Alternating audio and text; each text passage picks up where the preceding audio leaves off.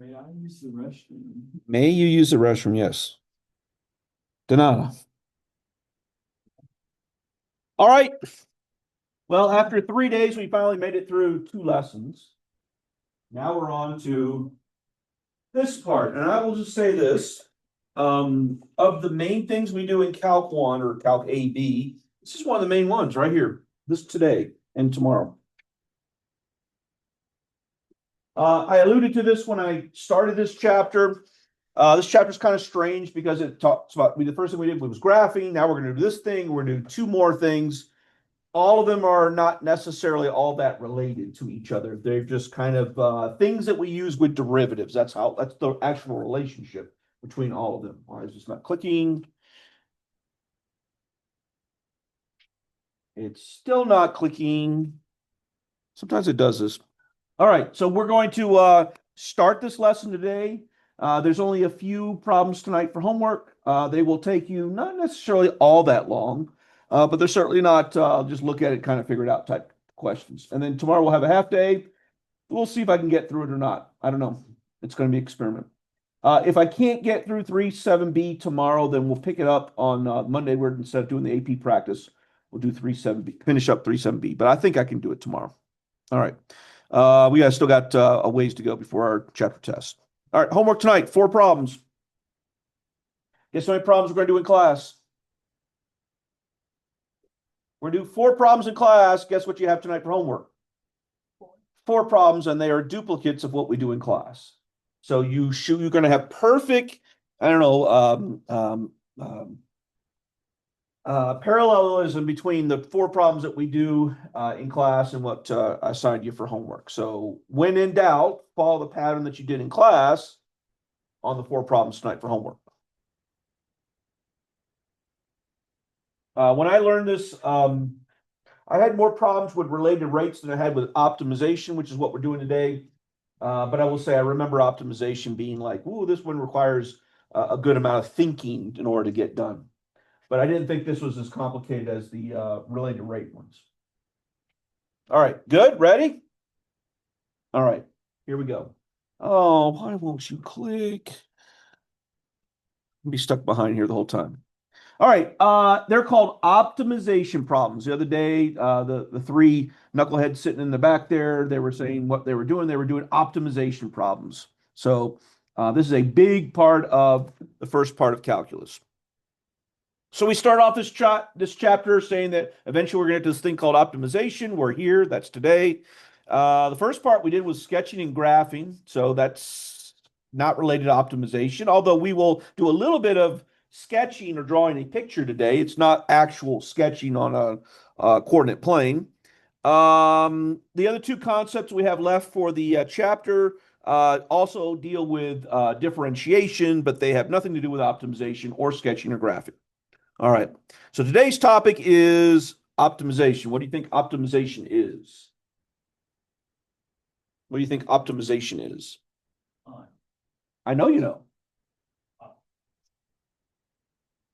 So give me an example of optimizing my class, not the other class. Nick, give me an example of optimizing. Computer.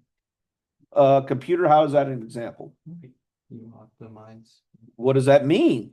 It's making it um the do its best. Yeah, you're making something do its best, right? So you're kind of getting rid of the stuff you don't necessarily need and you're stripping it down to just the particular parts that you need, right? Why do you care about optimization? Why would anybody care about optimization? It makes Well, that is one of the reasons. In our everyday life, optimization saves you time, saves you money. Those are absolutely concerns for corporations or businesses that are trying to get the most out of their dollar.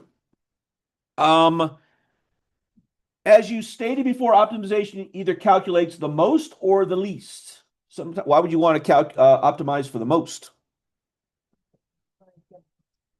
Okay, why would you want to optimize for the least? like if you have it so they can get the most product in Okay, so that would be to the most. a piece of aluminum Okay, are you reading ahead to example number 2? Yes, that's exactly right. All right, so the most profit, the most area or volume you can get, right? The least, there's lots of things. The least amount of time that you need to accomplish a task, the least amount of distance you need to travel to accomplish something, or how can you do stuff using the least amount of money to do something? So those are all just some general general examples of why you would want to use optimization. And I'll just say, for all the things we learned about differentiation, optimization is one of the super powerful tools, which is one of the reasons why we learn calculus, is so that we can optimize very easily. All right. So the basic idea is this. You have some process going on. All right. Obviously, I'm showing you inside of a factory, and there's lots of processes going on. The one key thing that is that you have to be able to write a function of the process. So whatever is going on, you have to be able to graph what's going on. In other words, write a function of it. Right? It's kind of hard to imagine with a factory worker screwing screws into an engine. What are you talking about? A function of that? Well, we could have a function of time of how long it takes them to screw those 4 bolts into an engine type thing. We could draw a graph of that. And what businesses would like to do is, if you can draw that function or write the equation of that function, is they would like to either optimize for the least or the most. What are the most number of engines I can get this person to assemble in a given amount of time? What is the least amount of time it takes them to assemble the engines? Now, the same question, but in different parameters there. So we are basically today going to be looking for, there's the picture of it. Put that together with your knowledge. We're going to be looking for mins and maxes. That's kind of the tie-in to this chapter. So when you do optimization, it's just fancy words for minses and max, right? That's all we're going to be doing. And it sounds so easy when you say that. In practice, it takes a little bit of work, right? So here's the basic idea of box number 1. Write these down. The basic idea of optimization is step number 1. You will be given a problem or scenario. In other words, these are all going to be word problems. They're not going to have just some numbers or an equation and you're going to know what to do. They're going to be straight up word problems, every one of them. This is the basic idea of optimization. Idea number 2, from that problem, you're going to write a function. So somehow you're going to be able to write an equation that describes the scenario of the word problem. That's step number 2. Or the basic idea number 2. Okay, if you can write an equation, what did I say the big idea, what we're trying to find for optimization? What are we finding for optimization? Mins and maxes, so guess what step number 3 is going to be? Well, how do we do that? We're going to be taking a derivative of the function. Now, do you think we're going to be finding a local or an absolute if we're trying to optimize? We are going to be finding an absolute max or min. That means it's going to be on a closed interval. So it could be at the ends of the function, or it could be somewhere in the middle. And then lastly, interpret the results. What does it actually mean? Okay, I found a min. What does that mean? I found a max. What does that mean? So there'll be, when you answer the question, you're going to have to do some interpretation of, are you actually answering the question? The good thing about this entire process is, as we look down these steps, 1, 2, 3, 4, 5, is, have we done this before? Yeah, every one of those individual steps, we've done all of this before. So it's not like this is something brand new. We may be placing it in a new format, right? And a new sequence or arrangement, but we've done all those steps before in other problems. Okay, so that's the basic idea in box 1 of optimization. We would rather have steps like, okay, now tell me exactly what you want me to do. So in box number 2, we're going to write down the actual steps to do the optimization, okay? Box number 1 is just the basic idea of how it's done, but box number 2 are the individual discrete steps. All right, so these are going to be the steps for optimization. Step 1, well, you got to read and understand the problem. Sometimes that means you got to read it multiple times. Sometimes that means you may have to look up some information from an outside source in order to understand what's going on. If they talk about volume of a triangular pyramid and you can't remember what's the volume of a triangular pyramid, then it's going to require you to look that up. That's all part of the understanding of the process. All right. As always, in a math word problem, all math teachers will recommend, once you understand it, they're going to recommend you draw a picture, if possible. Not all of them you're going to be able to draw a picture. Not all of them do you need to draw a picture, but most of the time drawing a picture is going to help you or assist you. So after you understand the problem, then draw a picture of what it's describing. That allows you to understand like where are the variables, where are the constants. It might assist you in what direction you need to go for the next step. Good, everybody? Step number 3.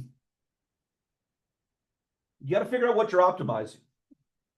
You'll typically get that from the text. It'll say, hey, what is the least number or what's the most number or something like that. So you have to identify what are you actually optimizing. In terms of what you're going to be doing, it's going to be in terms of which variable are you optimizing. Am I optimizing for volume? Am I optimizing for surface area? Am I optimizing for profit? What am I optimizing?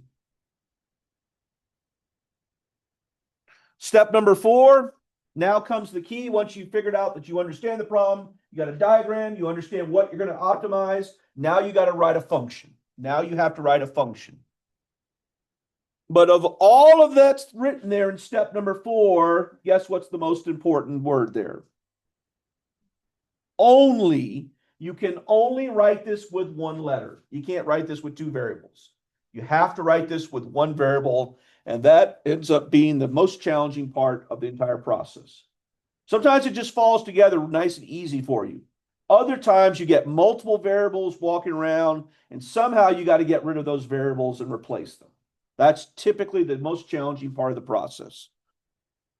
The rest is pretty straightforward. If you can write a function that only has one variable, and we're doing optimization, what's the very next thing you're going to do? Big picture, what are we finding? Mins and max. So we're going to now find the absolute min or max. If you're optimizing for the least amount of stuff, then you're going to find the min. If you're finding for the max, then you find the max. So we know that process. We've done it many, many times over the last 3 days. And that's it. That's the steps. Just remember in red there, that is the hardest one right there. You got to write one function that only has one variable in it. Now you can have multiple letters X's, but you can't have an X and a Y floating around. That's the process of optimization. Hardest step is in red. Okay, so the easiest way to explain what this is truly about is simply to jump right in and do an example. So there we go. Boom. Let's do an example. Ready? Okay. This is the classic optimization calculus problem. In fact, if I asked the 2 boys sitting back there to tell me an example of an optimization problem, they'd probably tell me this one. This is the classic one. Go ahead. Which one's this one going to be about? Optimization. What? No, it's classic Coke. What's the classic problem you always see for optimization? If I were to show you an optimization word problem, what would it most likely be about? Box. Yeah. It's either going to involve a volume problem or it's going to involve Like the other one. Time. That's not the classic one. we've had a lot. Probably like the first one you ever learned. Ours was a box. We learned about box. Okay. The other one involves a fence. Yeah. I said that. You said a I box. said a fencing problem. Did you? Yeah. Yeah. It's always the fence for some reason. No, don't understand why. I mean, I can tell you the math reason why, but I'm saying like this is like in every single calculus book, the classic problem. You understand classic code? You know the story? Classic Coke? Do you know the story? Because they made a new formula of Coke and everyone hated it. Everybody hated it. And they're like, oh, we screwed up. So now how do we fix our mistake? We'll call it Classic Coke now. That lasted for a couple years. And now it's just Coke again, right? Okay. So this is your classic optimization problem. Matt, read.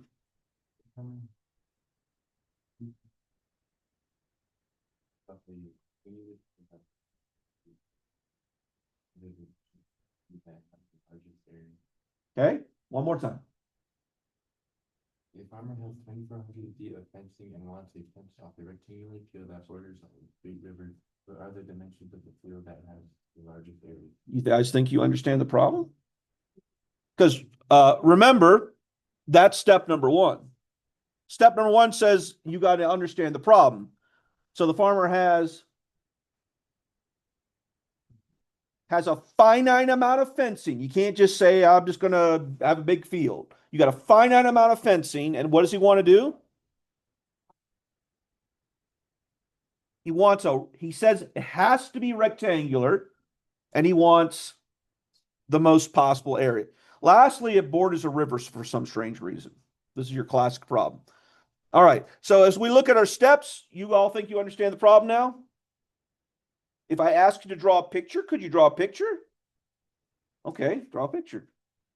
Sorry, Ish, you're not going to see her glorious picture, but she's attempting to draw the scenario.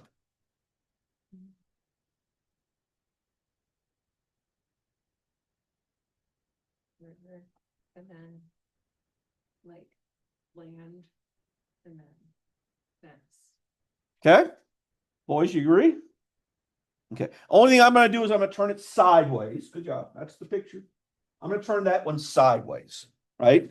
So step number one is we understand the problem. You guys all said you understand the problem. Step number two is we draw a diagram. So here's my diagram. Actually, the book's diagram, but it's basically what she just drew.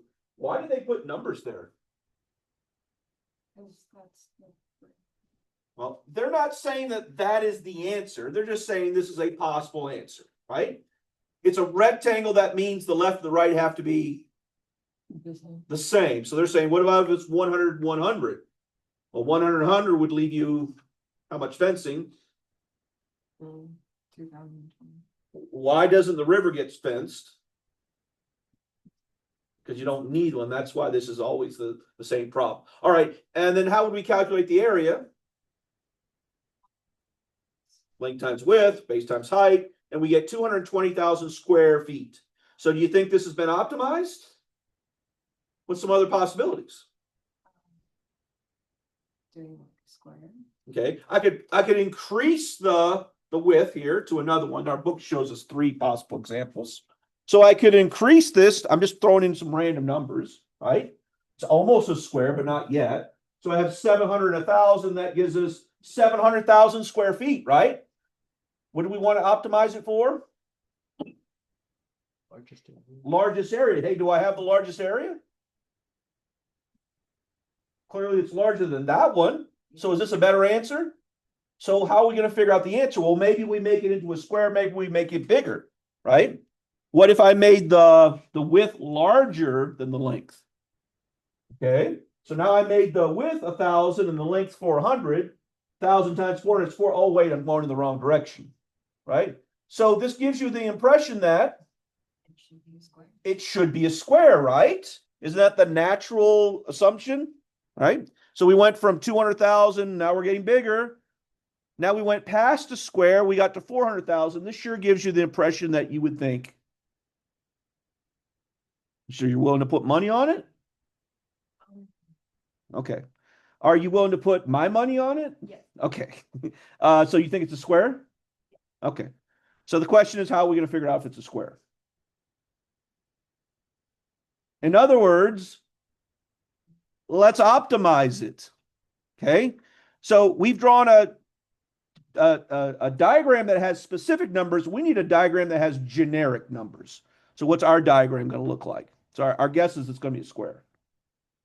Okay. So what's our generic diagram going to look like? Let's see if it's a square. So what's our generic picture going to look like? Speak. Box. Say again. 800 feet long. Well, that would be a specific. I need a generic diagram. Side one, Even side. left side two, left side three, Yeah. all of that. What, how should we label them? S one. We could do that, right? The book recommends instead of your S's to do with, right? Or Y. Y and X is what they go with. So here's our generic picture, right? We think it's going to be a square, right? We just don't know if it's going to be a square. So we know for sure it's a rectangle because we're told it has to be a rectangle. So they're going, the two sides are going to be X and the lengthwise is going to be Y. It kind of bothers me because you think about the coordinate plane, you would think this would be the X and that would be the Y's. It's fine. Okay. Are you okay with my basic picture? It's from the book. Okay. So we have a draw diagram done, right? We think it's going to be a square, right? We just don't know if it's going to be a square. So we have to allow for the fact that maybe the sides aren't equal to each other. If Y equals X, well, then we're going to figure out it's a square, then that's perfectly fine. But if Y doesn't equal X and we call this side X, then we're wrong. We can't say X, X, X. That's our guess that it's a square. We just don't know if it's a square. So we have to allow for the fact that this dimension right here could be a different dimension. So you get the point? Okay. So what do we do now, Nick? What do you want to optimize? Well, we just did step 2. So introduce notation. So somehow we need notations. Do I have all the notations necessary to do this calculation? Okay. So we've introduced the notation. So now we need to write the function. Remember, we want the largest area, right? So therefore, we're going to be finding we want the largest area, we're going to be finding we want to find the largest area. We're doing optimization. We want to find a max. Okay. So we know what we need to do. We need to find a max. Okay. But we need to draw that function. So we need to write a function that has all of that notation in there. If only we could come up with some equation that had all of this stuff in it. 2x plus y. No, plus 2y. Are we trying to optimize for X or for Y or for A? So I need a function that has A in it. She was going with perimeter. She's trying to get that 2400 in there somewhere. The 2400 will be perimeter. I'm not optimizing for perimeter. I could be. That's if it asked me to. So what's the least amount of fencing to use? That would be optimizing for perimeter. We're optimizing for area for the letter A. So I need an equation with an A in it. Times A equals x. Boys, you shaking your head because she said so? Yeah, that's the equation. A equals X times Y. It's a rectangle. Okay. But what's the problem with that one? There's 2 variables. The A is what we're optimizing for. It's always going to be a variable. But the other one, the other side of the equation is what we got to focus on. And unfortunately for us, there's 2 variables. So we need to get rid of one of them. This is where the problem with optimization comes from. It's never drawing a picture. It's never coming up with a formula. It's how do I get rid of the extra variable? So we either need to get rid of X or Y. So this is going to require a second formula. Somehow we need to get a second formula with an X and a Y and then solve for X or Y. I need another formula for this scenario that involves an X and a Y so I can solve for one to get rid of it.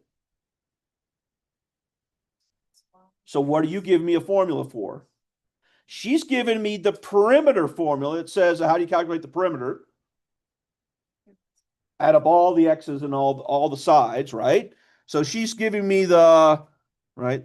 This is always the issue, is we got 2 variables to get rid of, or we need to get rid of one of those variables, right? So we only need one variable, so she's going to give me the perimeter formula. Go ahead. Yeah, but look at our specific scenario. Yep. We only need one y. Typically for a rectangle, it will be 2x plus 2y, but we only have one y because that river. So the perimeter would be equal to 2x plus y. And we know what the perimeter is. The perimeter is, okay. We okay? You get the big picture why we did that? We're trying to go back to the formula we want to optimize for and get rid of either x or y. Now you have a choice. You can either solve for x or solve for y. It doesn't make a difference. I always go for the easiest one.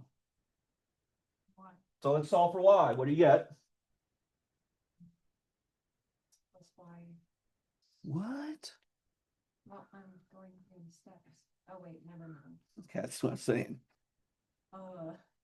Y equals 2,400 minus. Boys okay with that? Okay.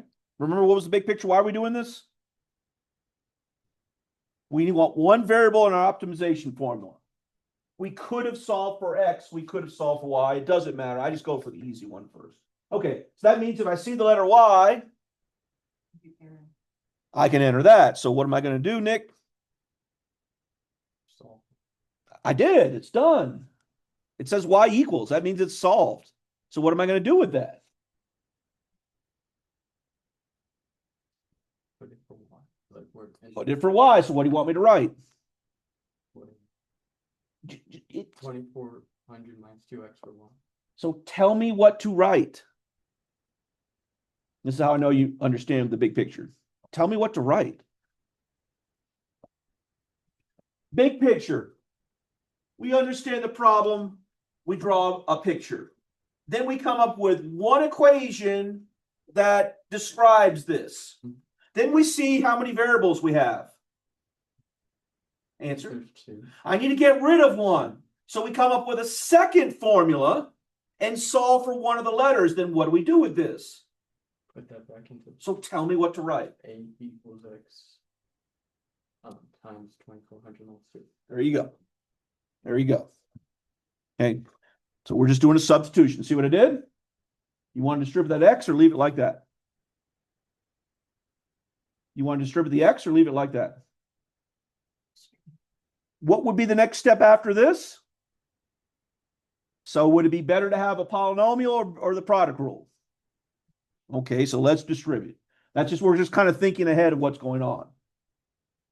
Stop me if you're lost. Now what? I have a function that only has one letter, just x. Now it's our x squared and x. Now we're going to find the absolute min or max. We're looking for our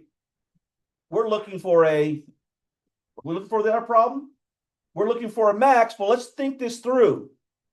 The original function is what kind of function? This one right here that we finally came up with. What is it? What kind of polynomial? It's a parabola. How many mins or maxes does a parabola have? Only has one. So do I even need to care whether it's a min or a max? No. It's gonna be the right one because it's only a quadratic. So it's either gonna be smiley face or frowny. By the way, what is it? Smiley face or frowny face? And frowny face by definition is a max. That's why this works. So all we need to do now, Nick, is come up with a derivative. Go. 400 minus 4. Okay. What do we do with that? Set it equal to 0 and solve. Go. Therefore, x equals.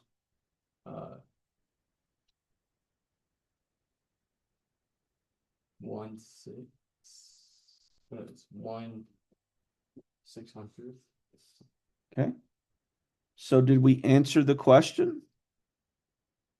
We got x is equal to 600 and it's in feet. So did we answer the question? What do we need to do? We need to find the y. Okay, you can either find the y by looking at the picture or plugging it into an equation that has a y in it. Do we have any equation that has a y in it? The perimeter one, right? Or we can just look at the picture, use a little bit of common sense. Either one works. By the way, the picture is the perimeter. The perimeter formula, if you remember, was this. And we just found out that 2 times 600. Therefore, y is equal to So did we get the answer that we thought we were going to get? We thought it was going to be a square. And in fact, it's a rectangle. Isn't that crazy? You would think that it should be a square. Would be a square if there wasn't. If there wasn't next to a river, it would be a square. There you go. This is why it's in every single calculus book, because they want you to get to an answer that isn't what you would expect it to be. Okay.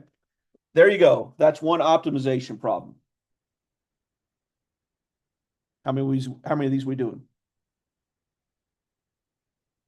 How many of these we doing? 3 more. What's the basic procedure? I can't talk today.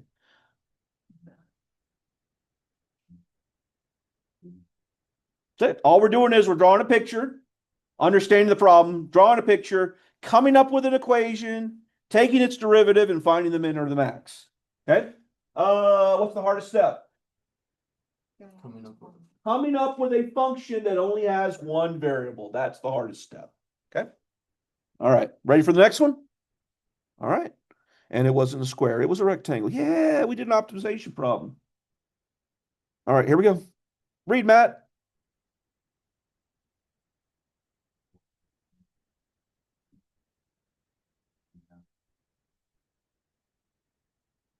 Metal.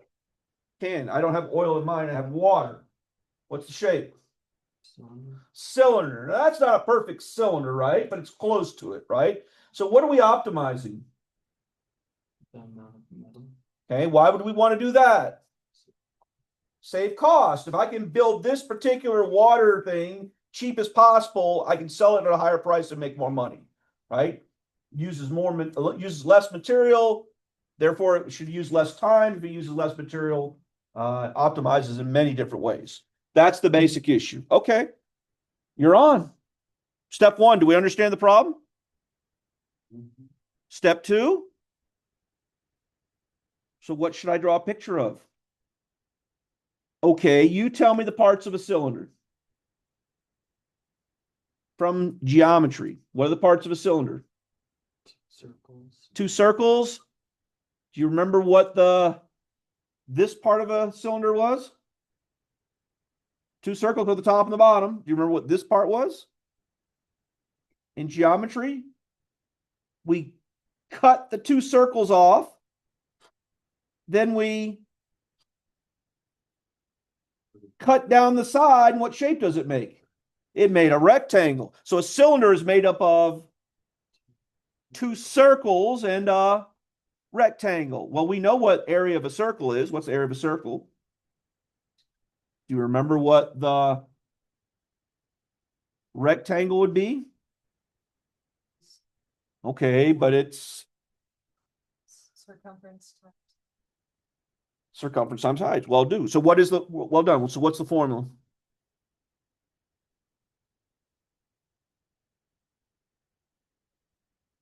Two circles. Plus 2 pi r squared. Yeah, you did. Okay. So that's what we're going to do. 2 pi RH is the rectangle, and the 2 circles are pi r squared. You got 2 of them. Okay, cool. Well, that's easy. So what are we doing? Maxes or mins here? We're min. We want to find the least amount of metal for this can to hold 1,000 cubic centimeters of oil. Yay. So we're finding a min. Abby just told us the formula. The formula was?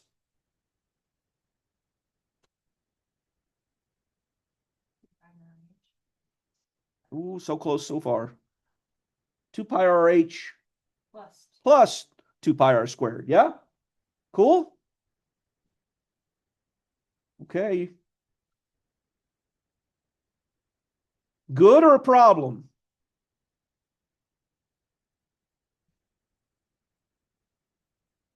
Is it good or is there a problem? You got to speak complete sentences, all of you. It's bad. There's 2 variables. So our problem is we got an R and an H, an R and an H. So somehow now we got to come up with another formula from the given information up there that also has an R and H that we can solve for R or H. All right, now you're on. This is the hardest part. I need another formula that somehow involves these numbers. Do those numbers involve surface area? Look at the numbers. What do you notice? It's the key to figuring out this problem. Look at the numbers. What do you immediately notice? They're the same. Volume. It's a volume, cubic centimeters. So therefore, if they're giving me volume, the formula has to involve volume. Because you're fine, the surface. We're optimizing the surface area, but it gave us an R and H. We need to get rid of R or H. I'm looking what they give me. They give me something about volume. Therefore, I better use the volume form. What's the volume formula for a cylinder? Say again. Oh, no, that's for a cube. So, How do you make a cylinder with pizzas? How do we make a cylinder with pizzas? You stack them up. You stack the pizzas. Every single pizza is, that's therefore it's R squared times height. pi r squared times height. Pi r squared is one pizza. Height is how many pizzas you got. So what's our formula for volume going to say?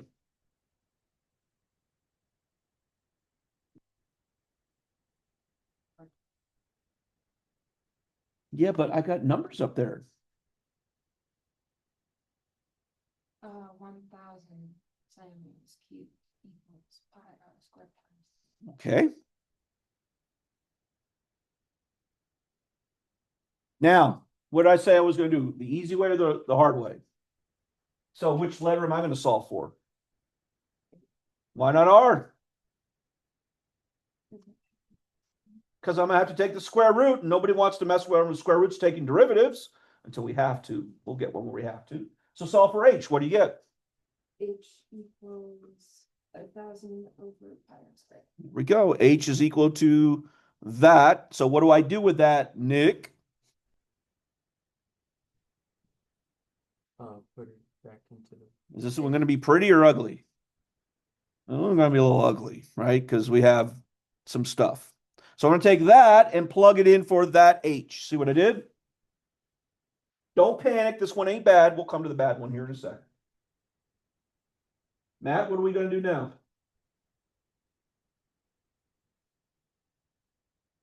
No. Good Lord, no. That's eventually what we're going to do. How about we simplify first? So what can we simplify?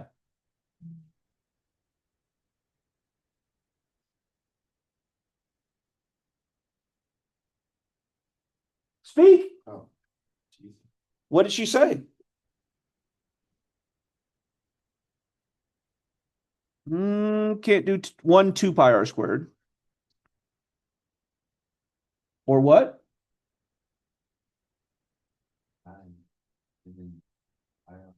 Have you people lost your minds? It's 2,000. Just reduce the fraction. It literally says 2 times 1,000. Isn't that what it says? And then what else does it say on the fraction?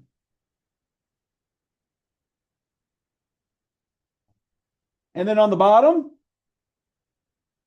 No, it doesn't. On the bottom it says, so what can you do? So what would you be left with? Don't say anything, Gabby. Tell me everything you're left with.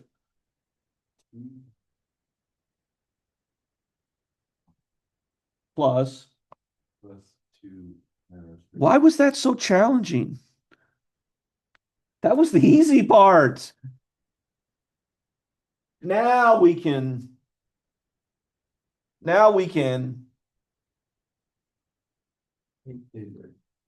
Could we have taken a derivative from this step before?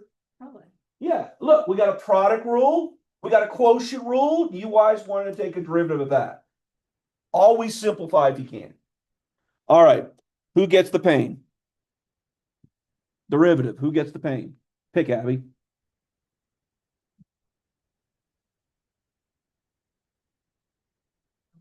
All right. Nick, it ain't that bad. Question. We could use a quotient rule or we could use a trick. Is it possible to move the r to the top, and make it a polynomial? Yeah. If I move the r to the top, what does it become? Just 2000. If I move the r to the top, what does it become? If I just say, I don't want the r on the bottom, I want to put it on the numerator, Oh, negative. tell me what to write. Tell me what to write. I'm moving, all I'm moving is the r. 2000. No. No. If I move a variable from a denominator to a numerator, what do you mean it makes it negative? It clears the thing. It makes the exponent negative. It doesn't make the variable negative. It makes the exponent negative. So tell me what to write. Just 2000. Like, you're negatable. So tell me what to write one more time. 2000 r negatable Keep talking. plus 2 pi. So wouldn't that be easier to take a derivative of if it looked like that? I mean, could you use the quotient rules? You sure could. But it would be easier like this. Do we just follow the power rule? All right, Nick, finish it up. Give me the derivative. Negative 2000 plus negative 2000 r To the. If it was 4x squared, what would be the derivative? 8x If it was 4x cubed, what would be the derivative? 12x 12x. squared. So what do you do with the power rule? But would it go away? So why was I not happy with your answer? It's negative 2. It's -2. All right, tell me the whole answer. 2000 No, r negative no. negative 2000 r negative 2 Keep going. 4 pi r. Here we go. We'll get you there. We're not to May yet, so we got plenty of time. All right, that's derivative. Now what do we do? Now what do we do? What are we finding, by the way? We're finding a min or a max. We take that, we set it equal to 0, right? You want to leave that r -2 where it is or move it back to the bottom? Yeah, I think it's probably best to move it back to the bottom. See what it did? And we need to take that and set it equal to 0. Go, Matt.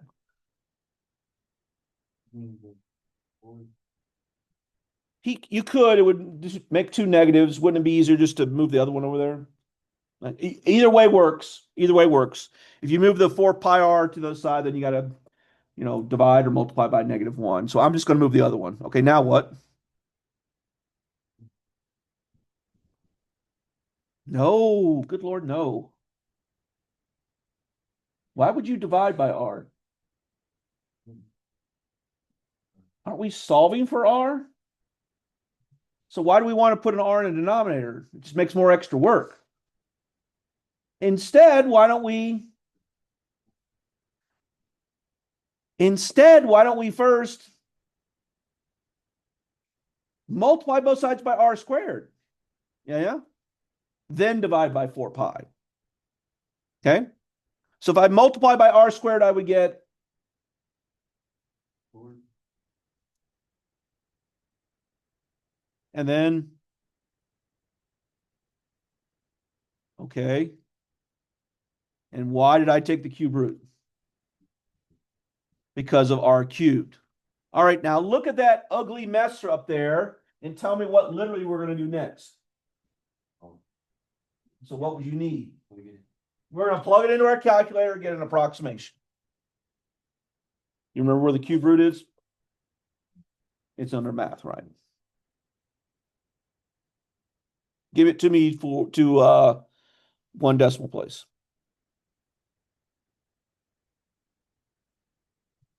By the way, if you wanted to, you could have reduced the fraction, but since we have calculators, that seems ridiculous. 1 decimal place. 5.4? Nick, 5.4? Yeah. And that would be in centimeters. Do we have an answer? Do we have an answer?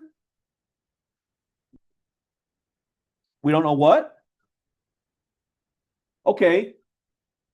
Well, let's think about a cube root. If you can think about the shape, it looks like this, right? And we know the answer can't be negative. This is 0. It can't be negative, so it's over here. So we already know that it's only can have a max, right? I'm sorry, a min here and a max here, right? So we just found the min. Okay. The other one would be the minus, right? Okay, we want the positive one. Okay, now what? Did we answer the question? Yeah. What does the question ask? How much metal? No, it's not what it says. Find the dimension. Find the dimensions. Did we find the dimensions? Found the radius. We found a radius. Not the Oh, Right. plug it back into the Which one had a height? volume. Volume would work because it has height. We could have also used the original one. It's up to you. I chose the original one because we'd already solved for H, if you remember. Okay. So what do we do with that? Plug it in for R. Thank God for calculators. Go ahead, plug it in. Grab your calculator, go, plug it in. The radius is 5.4 and the height is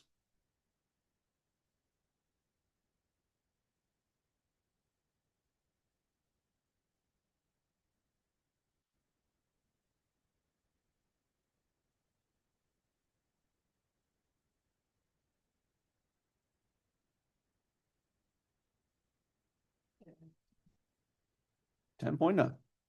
Yay. That might explain why some shapes are the way they are because they're trying to do some optimization. All right, we have 2 left and we have 8 minutes. So I'm going to do them not quickly. I'm going to do the calculations quickly. The logic will be just as fast as we've been going, right? All right, read, Matt, go.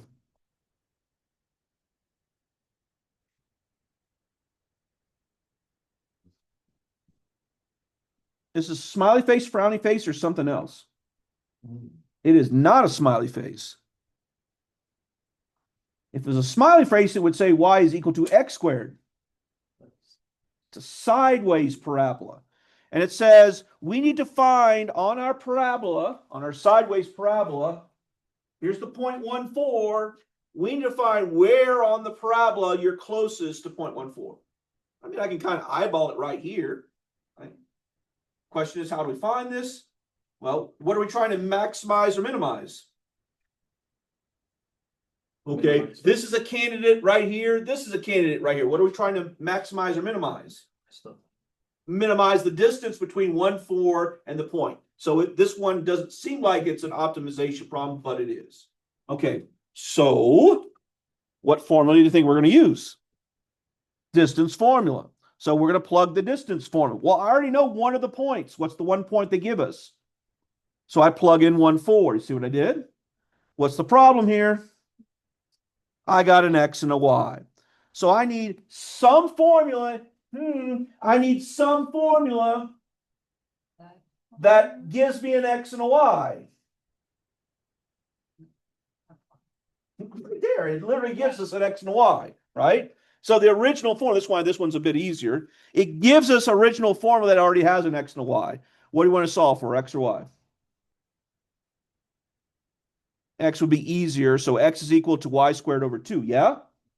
So I'm going to take that and plug it in for the X value of my distance formula, yeah? Cool? All right. You like square roots? So get rid of it. Done. So that formula right there is what I'm going to optimize. That's the form I'm going to be optimize. As you look at it, it looks crazy, but if we were to take the derivative, we would need chain rule and another chain rule. I'm going to show you the derivative.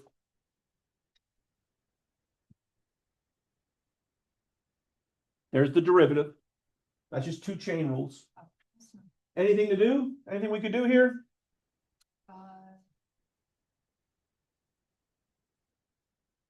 Distribute. Distribute the 2 and distribute the y, distribute the 2. Yeah. Okay, straightforward algebra, right? So I'm going to distribute that first term, the 2 and the y, and the second term, just the 2. 2y minus 2y is 0. So you're left with that. Yay. What do we do with that? Set it equal to 0 and solve. It's just 2. Technically, it would be, we would get yeah, just a 2. It's no plus or minus because it's not squared, it's cubed. So we just got a 2. Well, did we answer our question? We need to find, well, what are we going to do? Back into that value. 2 squared is, so therefore x is, and we're done. Okay, that one was straightforward and easy. The last one for homework is going to be this problem. The second most used optimization problem. They already told you, they said the fencing problem and nope, this is this river problem. You're on a boat for some reason. Okay, there's a lot of words. We're kind of out of time, so I'm going to show you the picture. It says you're on a boat and you got to get to the other side. Or you're on one side of the river and you got to get to the other side. But it says there's 3 possibilities. Possibility number 1 is you go directly across and you run to your final location. You're trying to get from A to B. Option number 1, you take a boat, go straight across. It tells you how fast the boat goes, and then you run the rest of the way at a different speed. Another option is you go straight in the boat to B. And the third option is, what if we went somewhere between C and B on the boat and then ran the rest of the distance? And the question is, which one takes the shortest amount of time? In other words, we're trying to optimize for time. So I need a formula that involves rates, times, and distances. If only we had a formula for rates, times, and distances. If only we had a formula for rates, times, and distances. Well, that's velocity. I want a formula. We want displacement. Rate, time, and distance.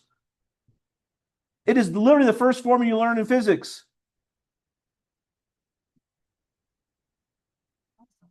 No, that's velocity.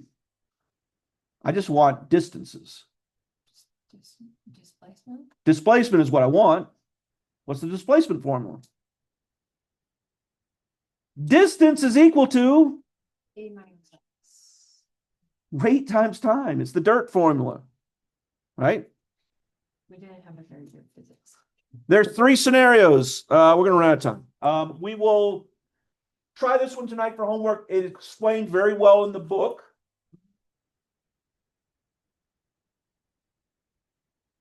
I'm going to go ahead, since I'm recording this, I'm going to show this to Ish. Right. The first one, we don't need to take any derivatives or anything to, because we know the rate, we know the use of Pythagorean theorem. If you notice the words, it says, assume that the speed of the river is negligible. Well, you didn't read the question.